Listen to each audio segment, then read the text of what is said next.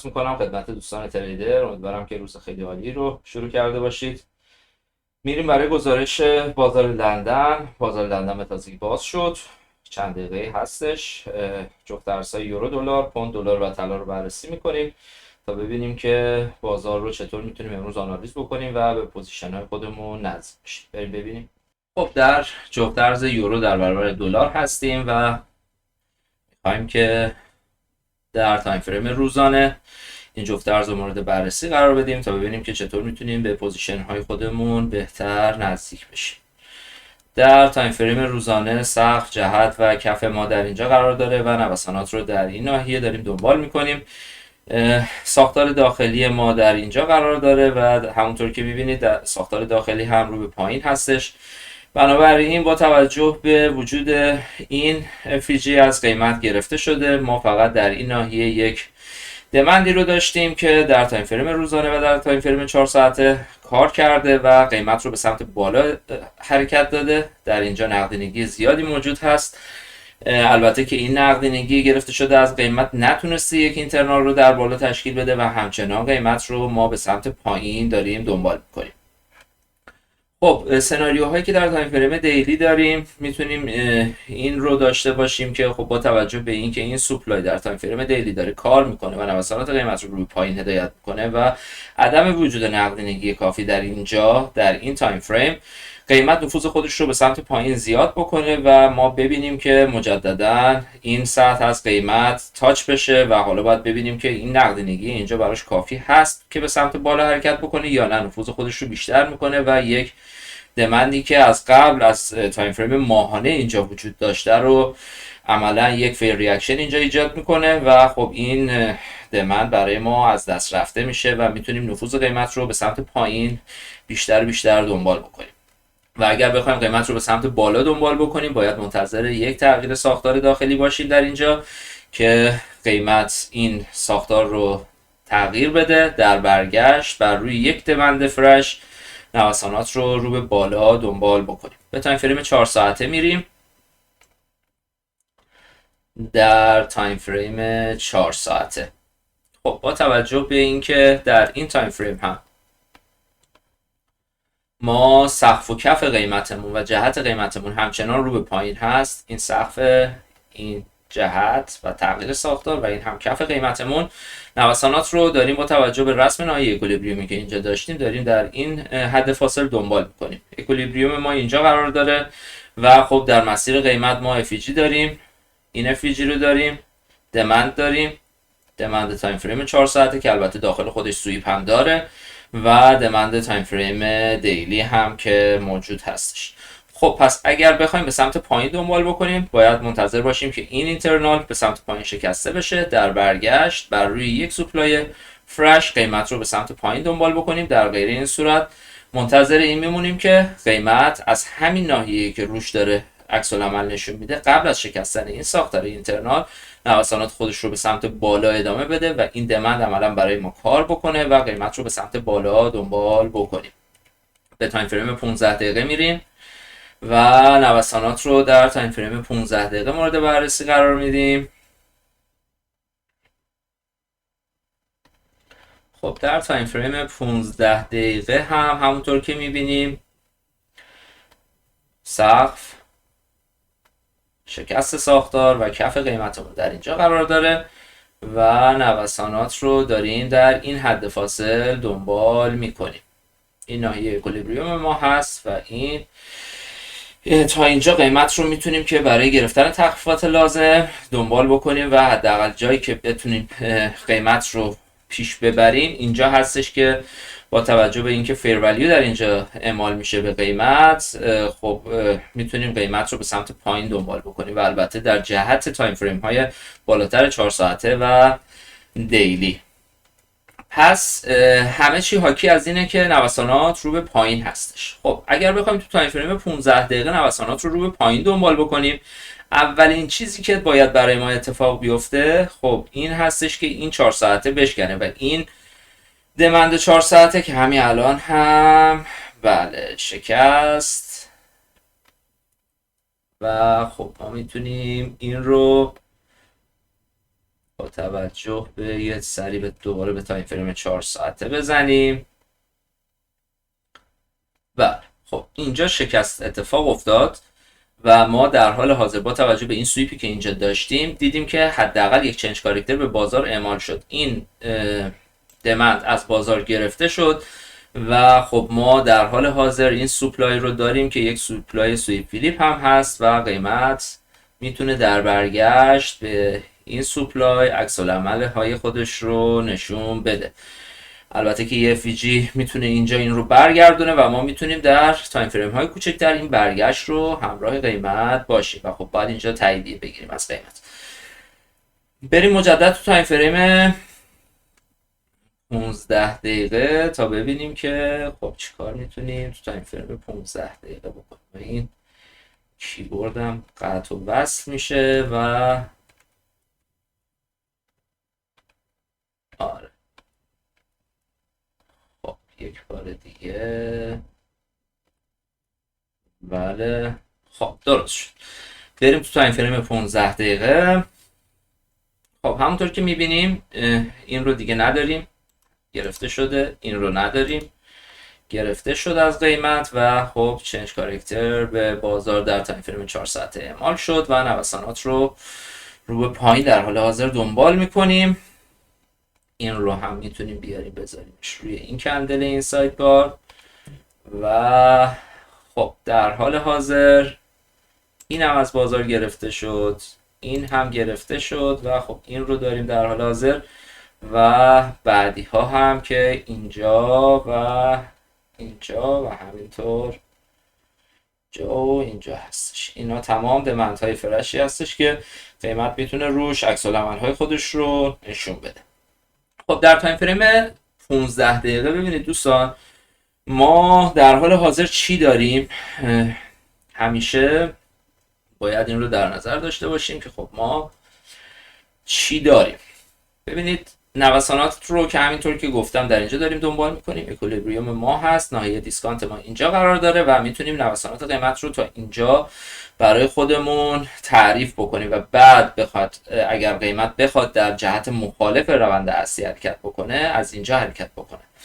در غیر این صورت که میتونه در جهت روند اصلی برگرده و مستقیم ببینیم که به سمت پایین میاد و همچنان دلار در برابر یورو قدرت خودش رو حفظ میکنه و افزایش قیمت دلار رو خواهیم داشت. این کیبورد هم مثل اینکه امروز یه ذره میخواد اذیت بکنه و یه بار بلوتوث هم رو خاموش روشن کنم.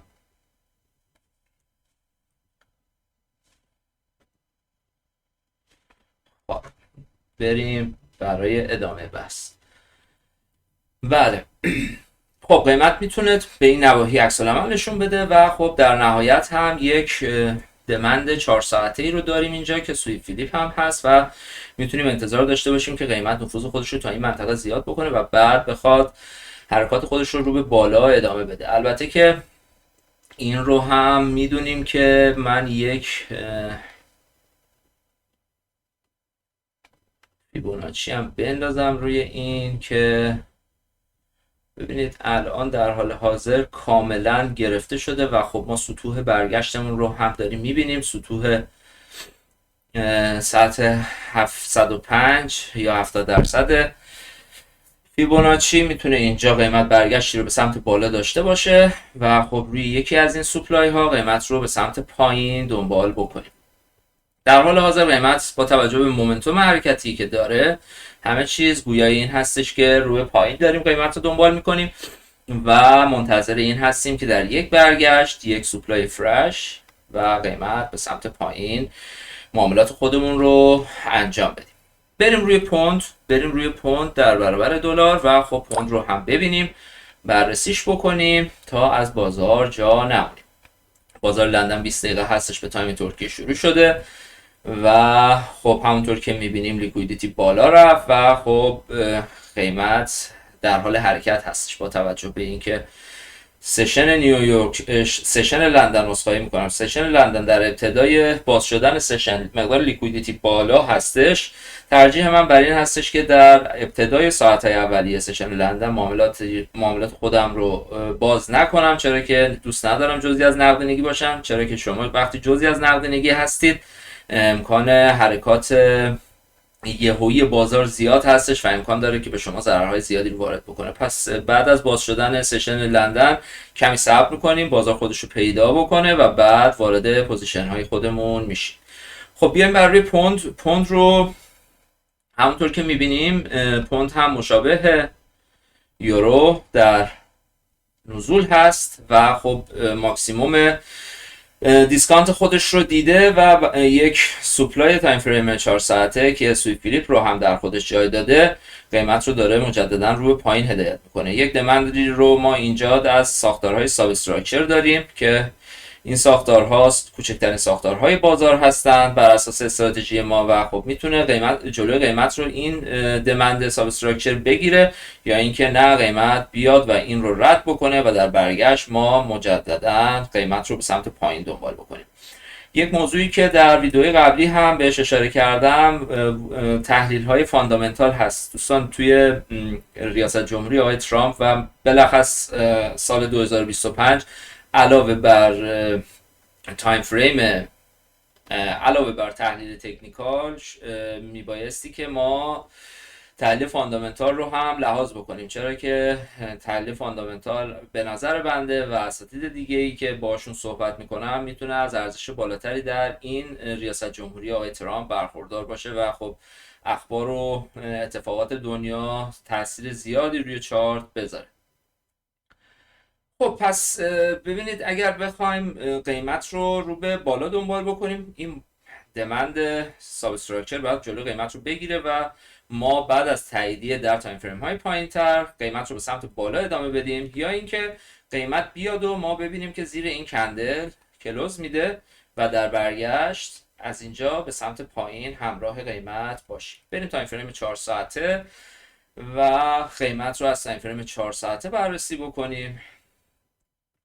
در تایم فریم 4 ساعته هم همونطور که میبینیم قیمت نتونست چنج کاراکتر رو به بازار اعمال بکنه، همچنان جهت ما رو به پایین هستش و قیمت رو داریم به سمت پایین دنبال میکنیم. پس یک لحظه قیمت رو به سمت پایین دنبال میکنیم و در حال حاضر هم که من اینا رو پاک بکنم. خب در حال حاضر هم که تغییر ساختار داخلیمون ایجاد شد و خب ما این رو میذاریم آخرین نوسانی که موجب شکست این ساختار شده و خب این FVG هم برای ما از دست رفته و این دمند هم به سوپلای فلیپ میشه و انتظار داریم که قیمت در برگشت روی این سوپلای عکس العمل داشته باشه و قیمت رو به پایین هدایت بکنه و ما میتونیم اینجا وارد قیمت بشیم. در غیر این صورت اگر بخوایم نوسانات رو به بالا دنبال بکنیم فعلا هیچ سیگنالی نداریم، چرا که قیمت به تازگی این اینترنال رو شکست و خب در حال حاضر میتونیم فقط این رو بدونیم که یک پولبک ممکنه به سمت بالا باشه و اگر بخوایم نوسانات قیمت رو به سمت بالا دنبال بکنیم میتونیم در پولبک نوسانات دنبال بکنیم و این رو میدونیم که هر لحظه ممکنه قیمت نوسانات خودش رو در جهت اصلی که به پایین هست برگرد و اون جریان به سمت پایین ادامه پیدا بکنه. در این تایم فریم نوسانات اوردر فلو همچنان رو به پایین هستش با توجه به اینکه اینجا کلوز کندل رو ندید ما نوسانات اوردر فلو رو هم رو به پایین داریم و آخرین اوردر بلاکی هم که موجب شکسته شدن این در واقع ساختار شده آخرین اوردر بلاک این اوردر بلاک است که باید ببینیم که چطور از قیمت گرفته شد. در برگشت با این سویپ ما حداقل انتظاری که داریم یک چنج کاراکتر بوده که به بازار اعمال شده و باید ببینیم که کدوم این FVG که عملا دیگه فکر نمی کنم بتونه جلوی قیمت رو بگیره. اگر قیمت قرار باشه در واقع پاز قیمتی رو ما ببینیم و حرکت نوسانات قیمت رو بالا دنبال بکنیم فکر می‌کنم این دمند بتونه جلوی قیمت رو بگیره. بریم تو تایم فریم 15 دقیقه و تایم فریم 15 دقیقه رو ببینیم. در تایم فریم 15 دقیقه هم خب ما همچنان نوسانات ساختار داخلیمون هم رو به پایین هست و نوسانات رو داریم رو به پایین دنبال میکنیم. حالا شاید براتون این نقاشی های من به قول معروف، این خطایی که من روی چارت کشیدم براتون نامفهوم باشه و خب بگید که خب داری چی کار میکنی اصلا، در صورتی که خب این پروسه آموزش رو ما شروع خواهیم کرد. این جلسات به صورت دیلی ریکپ داره، یعنی گزارش روزانه داره ضبط میشه و در آینده وقتی به تسلط کافی برسیم به این استراتژی پلن متوجه خواهید شد که آره چطوری ما داریم این تقسیم بندی رو در بازار برای خودمون ایجاد میکنیم. ببینید چنج کاراکتر هم به بازار در تایم فریم 15 اعمال شد و ما این رو هم میذاریم اینجا و این هم اکولیبریوم هم با توجه به اینکه هنوز کف رو نداریم برمیداریم و خب میایم اینجا هم یک سپلای داریم با توجه به اینکه ساختار داخلی تغییر کرده و یک سپلای هم در اینجا داریم. یه FVG هم اینجا داریم.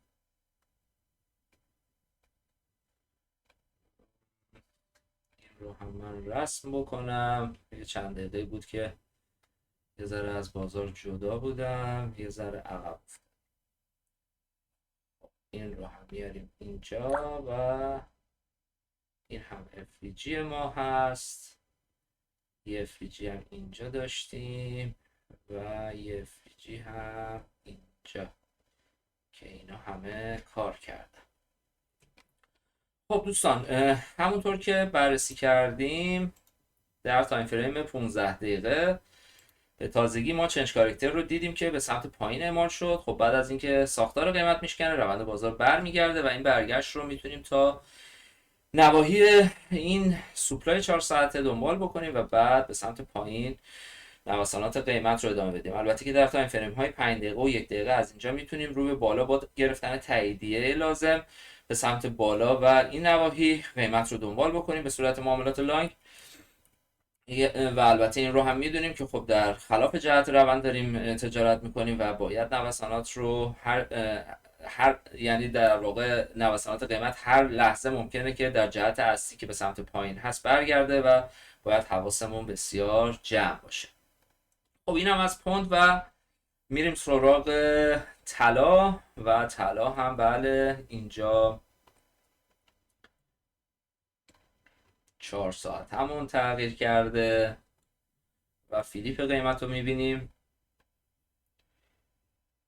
فیلیپ قیمتی که داخلش یک سویپی هم داره و خب میتونه از اهمیت بیشتری برای ما برخوردار باشه با توجه به داشتن سویپ و البته که داره یک FVG هم اینجا برای ما تشکیل میده.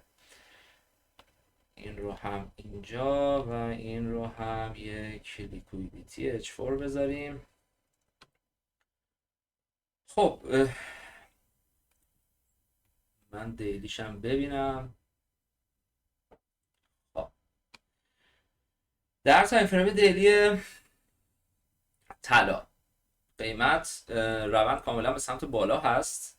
ما کف رو داریم، جهت رو داریم و خب منتظر سقفمون هستیم که بیایم ناحیه اکولیبریوم خودمون رو رسم بکنیم.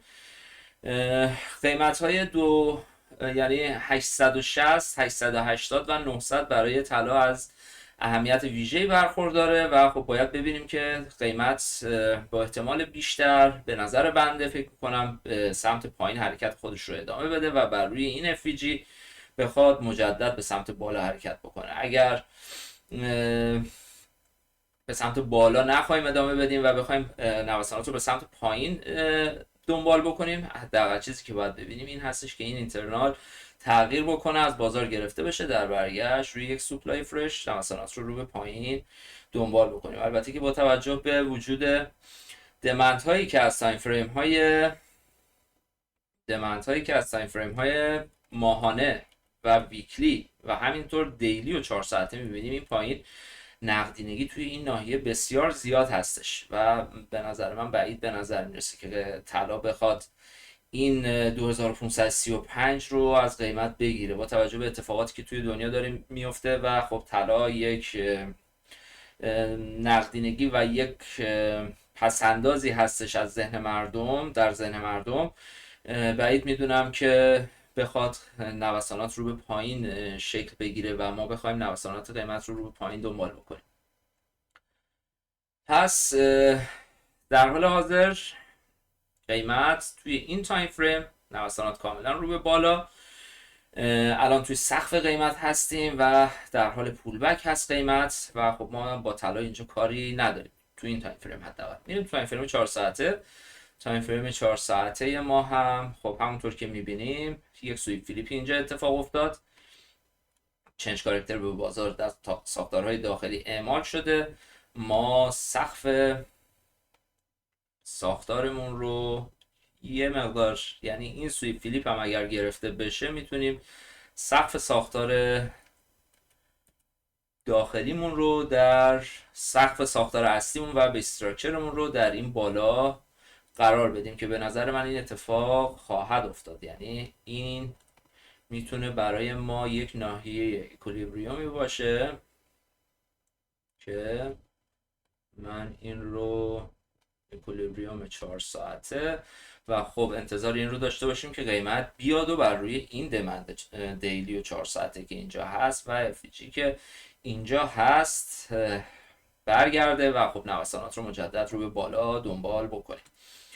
در غیر این صورت همونطور که عرض کردم خدمتتون، با توجه به اینکه در تایم فریم کوچکتر هم میتونیم معامله بکنیم، در حال حاضر این برگشت و این افیجی جلوی قیمت رو بگیره. در برگشت روی این سویپ فلیپ ما نوسانات رو به پایین دنبال بکنیم.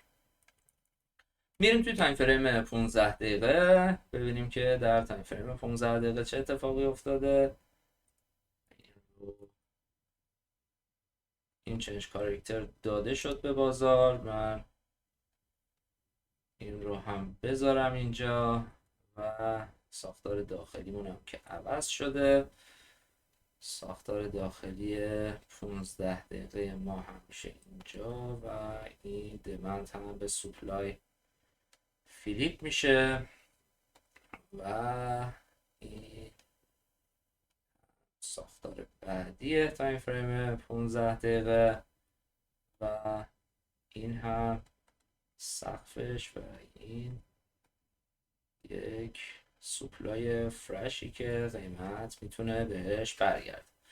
خب اینا رو هم پاک میکنیم چرا که قیمت اینا رو گرفت از بازار و خب الان در حال حاضر کجاست؟ روی یک فیجی هستش که تایم فریم 15 دقیقه باش تداخل داره و میتونه قیمت رو به سمت بالا برگردونه و سوپلای هایی که در مسیر قیمت وجود داره این سوپلای ها هست که میتونه جلوی قیمت رو در برگشت بگیره و قیمت رو به سمت پایین هدایت بکنه.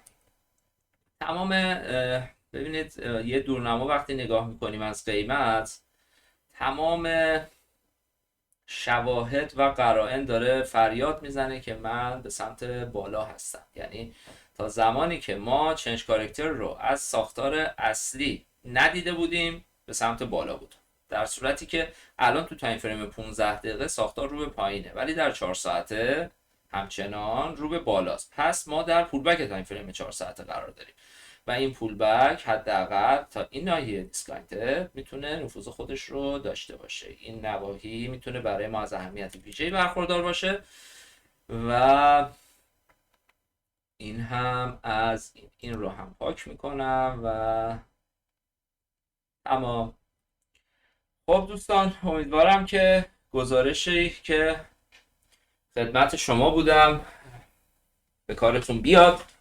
سعی کردم که خیلی روون توضیح بدم با توجه به اینکه تازه دارم ویدیوها رو ضبط میکنم. خب ممکنه یه ذره پرش افکار، یه ذره به قول معروف ذهنم بپره، اما همه تلاشم رو دارم میکنم که هرچه ساده تر و بهتر این گزارش ها رو بدم خدمتتون. برای مباحث آموزشی هم دسته‌بندی هاش انجام شده، میریم برای تولید و ساخت محتوا و اینکه قدم به قدم با هم پیش بریم و بتونیم از این بازاری که واقعا پر از پتانسیله و میتونیم ازش خوب پول در بیاریم کسب درآمد بکنیم و ازش لذت ببریم. پس با ما همراه باشید، سابسکرایب و لایک فراموش نشه، به دوستانتون معرفی بکنید. بهتون قول میدم که به زودی، یعنی اگر پشت کار داشته باشید و دنبال بکنید ما رو، به جاهای خیلی خوبی خواهیم رسید که واقعا لذتشو ببرید. روز و روزگارتون خوش و خدا نگهدارتون.